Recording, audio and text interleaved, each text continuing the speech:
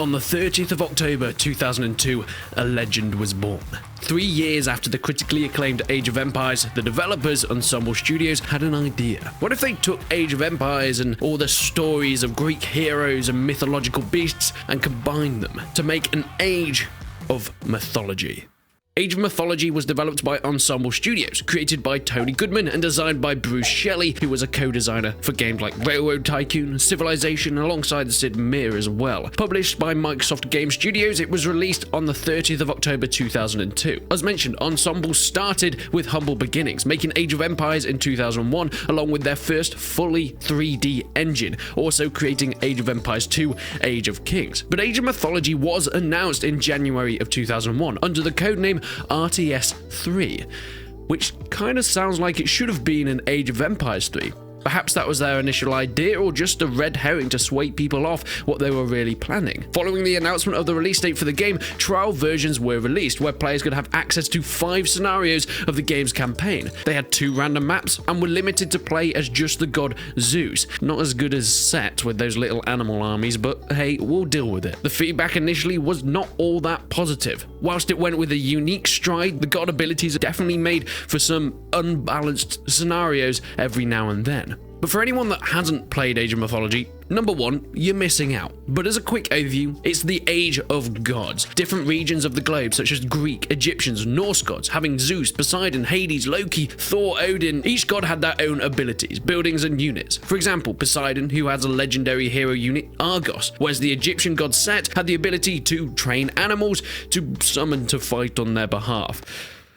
Yeah, it was kind of crazy. However, much like Age of Empires, it was an RTS at its core, but at the time, Age of Mythology was groundbreaking, having been the first game to be made in a fully 3D engine, also with an entirely new progression system. Leveling up through the ages, you were able to choose a minor god, which would grant different units compared to the core units, which allowed for a variety of different gameplay. Being able to summon colossuses or cyclopses depending on the minor god you chose, also having different abilities that came with each minor god option, like bringing in the plague, or having unlimited food production with the plenty power. The game itself had a solid campaign, roughly around 60 hours if on a normal difficulty. It followed the story of Arcanus, an Atlantean hero who had travelled through different mythologies to hunt down a Cyclops, who subsequently is trying to release the Titan, Kronos. This Cyclops, named Gargantues, is a pain in the ass in the campaign, always slipping away at the last moment, just making you want to play one more mission. Although the game never really reached the same levels of hype as something like Age of Empires 2, it goddamn nearly came close. Getting scores in the low 90s, winning awards like Game of the Year by GameSpot, and selling 1 million units in the first 5 months of its release, which at the time was fantastic. Many critics responded with positive feedback, with things like new 3D landscapes look amazing. Some commented on the animations, such as the PC Gamer reviewer William Harms, who said this delightful note. What really impressed me though were the game's animations, where a Minotaur smacked a dude with his club, the schmo goes flying, skids on the ground, and then bounces back into the air. He does sound a little bit like a child telling a story, but hey, that's PC Gamer for you, am I right? This success led Age of Mythology to bring out a number of DLCs and expansions.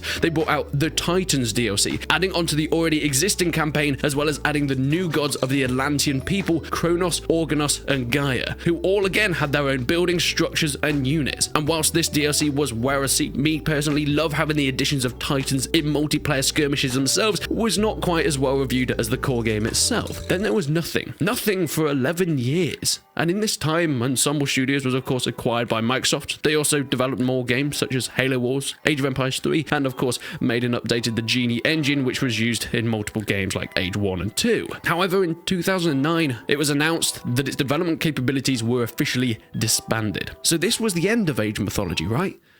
Not quite.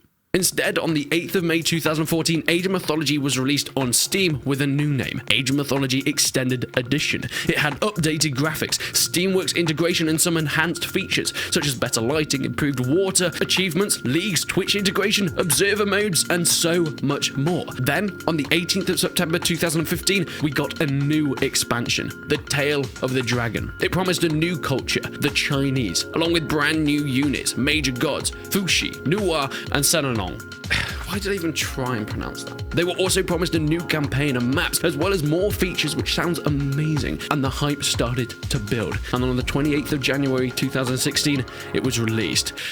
and it was a bit of a letdown. There were graphical glitches, several game-breaking bugs, and just overall a lack of polish to the units and structures. The gods were okay, but many people just thought, yeah, it's nothing that special. All this led to it being the lowest reviews of all the Age of Mythology DLCs, getting a 36% on Steam. But why did this happen? Was it because it was no longer made by Ensemble Studios? A new company had taken over the legacy of, well, some of the most groundbreaking games on the strategy genre? Or was it because they saw a chance of getting some quick money? Could it have even been just an honest attempt and they kind of just messed it up? Maybe having someone like Microsoft on the helms forced them to put it out before it was ready. It's not like we've ever seen that done before. We will probably never know. But it leads me on to this. 6 years after the last bit of content, what's going on now?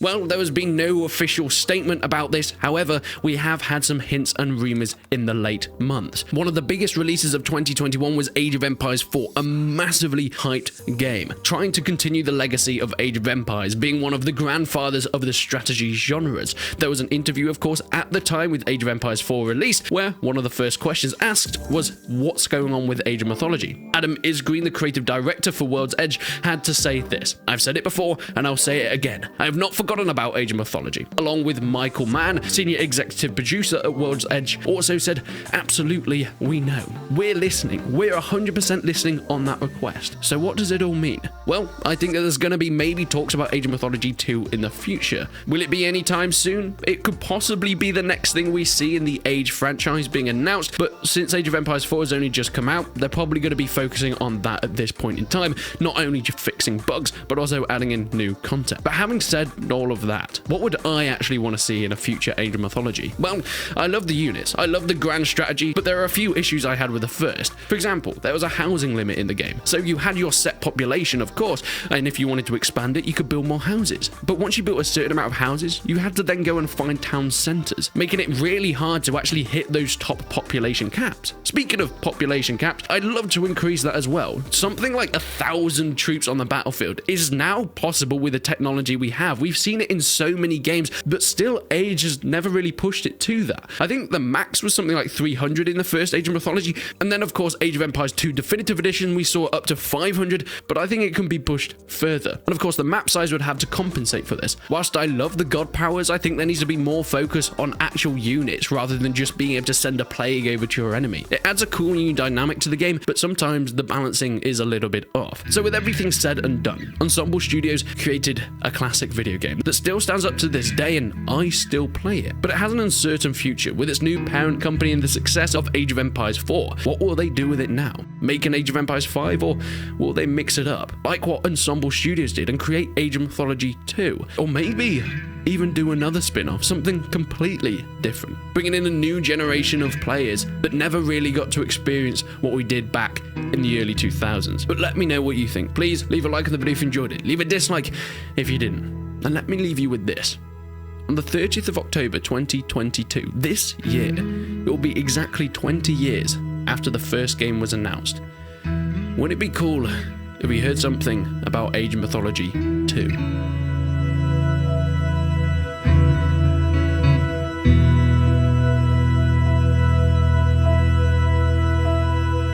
Mm-hmm.